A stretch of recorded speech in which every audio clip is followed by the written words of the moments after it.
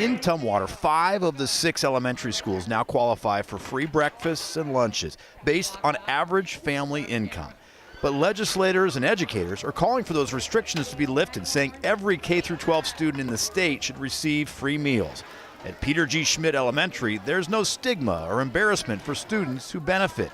And the staff there says the better fed kids are performing better in class. If you make the meals accessible, the kids want it, they'll eat it, and they need it. Because we also saw changes in behavior. So you have hungry kids showing up to class, there are certain behaviors there, and if we can give them access to nutritious meals, we see the difference. Proposals by Democrats and Republicans would require free breakfast and lunch for all K-12 students starting in the 26-27 school year.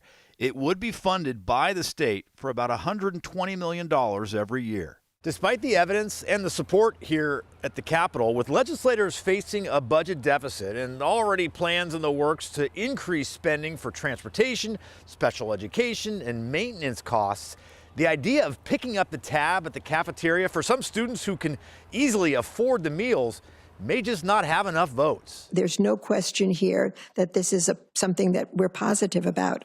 We also know that it costs money, and unfortunately, we have limited resources, especially this year with a budget deficit. And right now we've got some big challenges with our budget. Governor Bob Ferguson requested the legislation, saying it's unacceptable for our students to go hungry.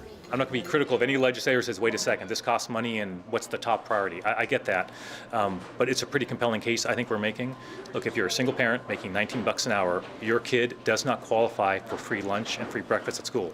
That's not okay, and that does need to change. Back in Tumwater, administrators say spending money in the cafeteria is just as important as funding what happens in the classroom. I understand that the legislature is forced with difficult choices, but they're also forced with a constitutional mandate to make sure that schools have ample provision. And so I wouldn't pose it as a choice, but a mandate. Drew Mickelson, King 5 News.